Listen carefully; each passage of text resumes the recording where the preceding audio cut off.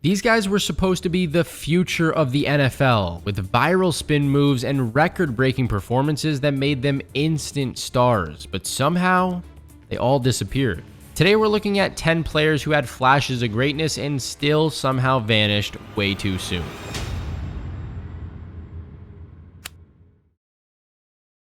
Starting with a guy who took a little bit to find his groove. Michael Turner was basically invisible for 4 years in San Diego. I mean, the guy had 104 yards as a rookie and was backing up LaDainian Tomlinson, so what did you really expect him to do? Then he signed with Atlanta in 2008 and boom, suddenly he's this unstoppable force. Even the refs were getting bulldozed over. Outside the 7, this is Turner, and Michael Turner is in for the touchdown. He must have been trying to one-up LT during that year in Atlanta because Turner had one hell of a season. He plowed his way to almost 1,700 rushing yards and 17 touchdowns, finishing tied for second place in MVP voting behind Peyton Manning. And remember, 2008 was also the same year that Adrian Peterson went crazy with over 1,700 yards himself. Turner stayed right there with him. The guy hit double-digit touchdowns for 5 straight seasons in Atlanta and led the league in carries twice. If you guys played Madden back then, you know exactly what I'm talking about when I say Turner was the perfect power back that you would want, other than AP, of course. The dude was built like a tank and ran like one too. There's this one play against Jacksonville where he literally grabs his own teammate and throws him into a defender to make a block. But by 2012, you could see Turner losing that burst. His yards per carry fell to 3.6, becoming the first time in his whole career that it dropped under 4. He looked slow out there. Then in 2013, at just 31 years old, he failed a physical and that was it. He was done. Never played another snap in the league. I gotta be honest with you guys, running back has to be the toughest position in the sport because getting hit so many times per game takes a huge toll on the body. Just look at some of the top rushers from 2012. Guys like Stephen Ridley, BenJarvus Green-Ellis, and Sean Green were putting up great numbers, but they were all out of the league by the age of 30. One guy that was better than all of them at his peak, though, was Doug Martin. He had an interesting career to say the least, very up and down. His rookie year in 2012 was ridiculous. 1,454 rushing yards, 11 touchdowns, and 1,926 total yards. You could see him heating up in week 8 with 135 yards and 2 scores against Minnesota, but then week 9 happened.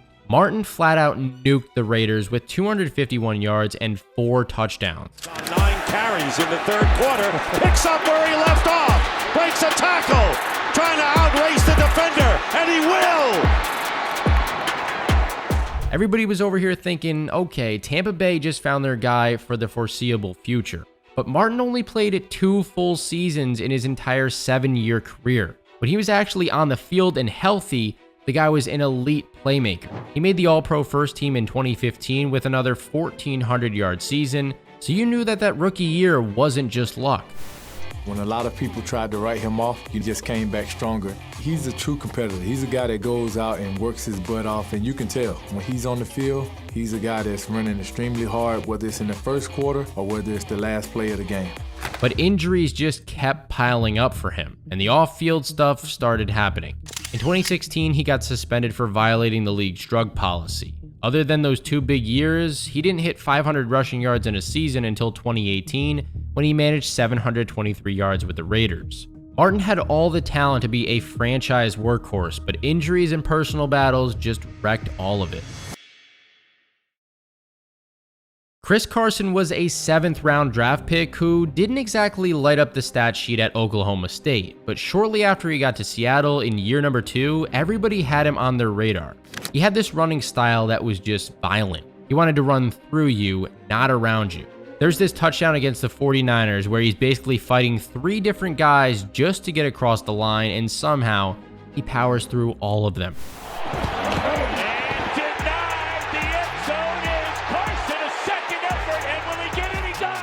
After starting just 3 games as a rookie with barely over 200 yards and 0 touchdowns, Carson took off. His 2018 and 2019 seasons were something else. 1,151 yards and 9 scores, then 1,230 yards and 9 scores again the next year.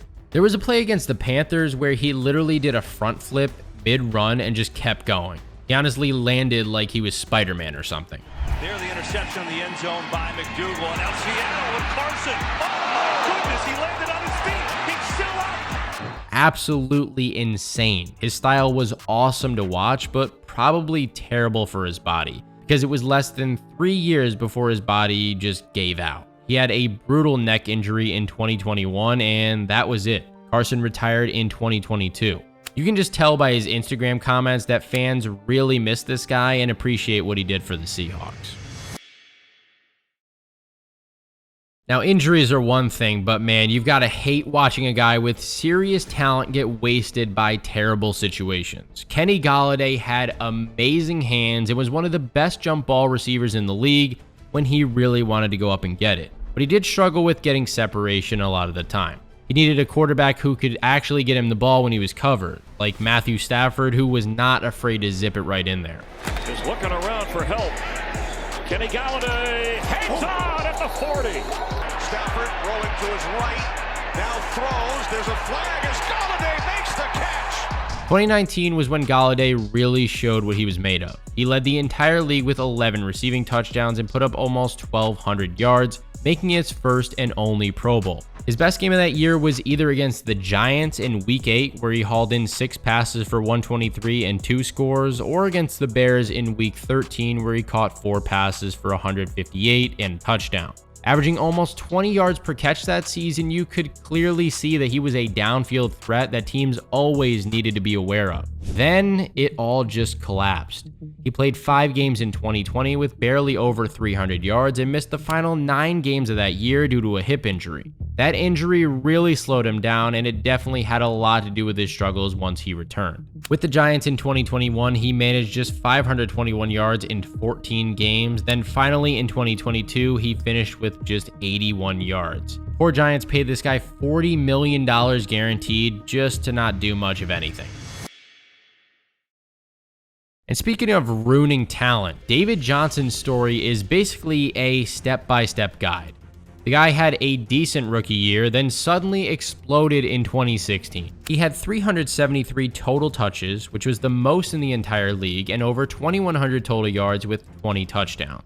He made the first team All-Pro, made the Pro Bowl, and looked like he was going to be the next big dual-threat weapon. But just like David Carr got his confidence destroyed by taking too many hits as a rookie, Johnson was never the same for Arizona because they just weren't good at blocking for him. The injuries just kept coming. An MCL sprain, back problems, a dislocated wrist that wiped out most of his 2017 season, then ankle issues messed up his 2019 season. Arizona traded him to Houston in 2020, then he barely played for the Saints in 2022. He retired in 2024, but honestly, that was just making it official because he didn't even play in 2023.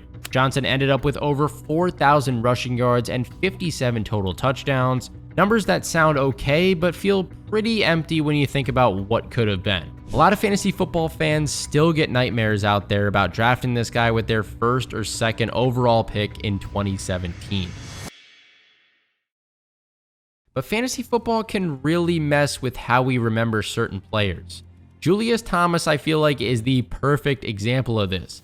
People think of him as a monster during his Denver days because he put up crazy fantasy points. But when you actually look at what he was doing, it's a totally different story. The guy had back-to-back 12 touchdown seasons in 2013 and 2014 because he was one of Peyton Manning's go-to guys. His 2013 Pro Bowl year with 788 yards and 12 touchdowns was great, but when you look past the red zone stuff, he was never really a complete player. He wasn't taking over games or consistently moving the chains downfield, and I think, of course, a big part of his success was thanks to Peyton. And he only topped 700 receiving yards once in his entire 7-year career. Plus, Thomas was always dealing with injuries and just didn't seem to be out on the field quite enough.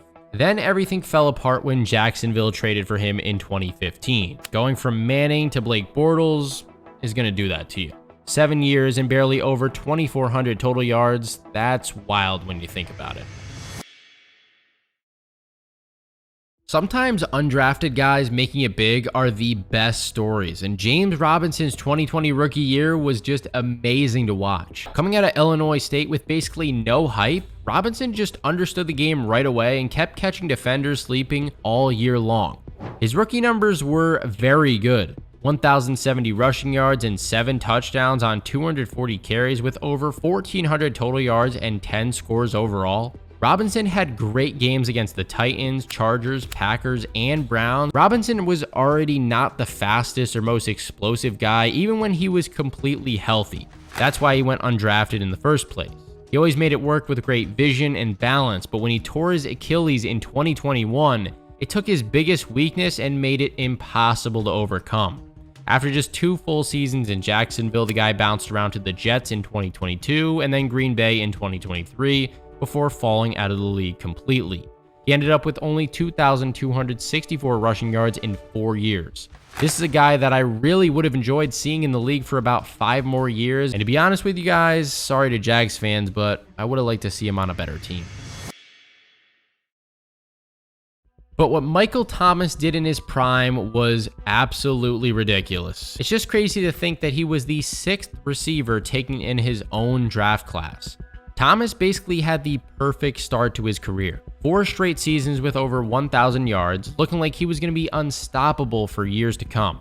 In 2018, he caught 85% of his targets, which was the highest rate in the NFL since they started tracking targets back in 1992.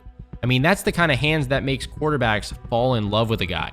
It's the bond. Michael Thomas know him and Drew Brees have a unique bond. Then 2019 rolled around and Thomas elevated his game to another level. He led the league in catches for the 2nd straight year with 149, breaking Marvin Harrison Sr.'s record that had been sitting there since 2002. He's low-key almost a bully on that field. For the Cardinal punt, Breeze 1st and 10, wide open, Michael Thomas. Oh, got a great block from Hill, breaking tackles. He led the league with over 1,700 receiving yards, made the Pro Bowl, the All-Pro first team, while also winning Offensive Player of the Year. Guy went over 100 yards in 10 different games that season, which is crazy consistency. But then everything fell apart fast. He only played 7 games in 2020, missed the entire 2021 season with an ankle injury, played 3 games in 2022, and barely made it through 10 games in 2023 before he was completely done. The whole thing was brutal. I mean, losing Drew Brees hurt big time since that guy was pinpoint accurate. Plus, Thomas had said that playing through those injuries really messed him up long term. But if you want to talk about players who vanished, he is the perfect fit. That turf toe is a killer, and I still remember taking a late round chance on him in fantasy football during the 2022 and 2023 seasons, just praying that he would somehow bounce back, but sadly, that did not happen. Another guy that did not bounce back is Ajayi. But this guy got drafted knowing that his knees were basically a ticking time bomb. By the time he came into the league, there was hardly any cartilage left in one of them. He didn't start once during his rookie year, then exploded in 2016 with 1,272 rushing yards and 8 touchdowns.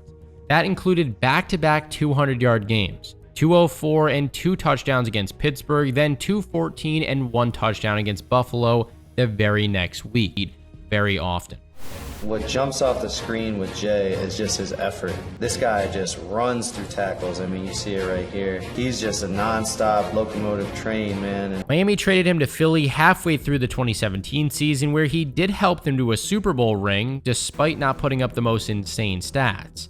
He did what he needed to do, though. Then 2018 rolled around, and his ACL finally exploded. He basically played his whole college career and pro career hurt. His knees were made of glass, and no team really wanted to take a risk on that contract. He finished with 2,546 rushing yards over the course of 5 seasons. These days, though, he's living it up as a pro gamer and rapper, chasing other dreams and having a blast, so good on him.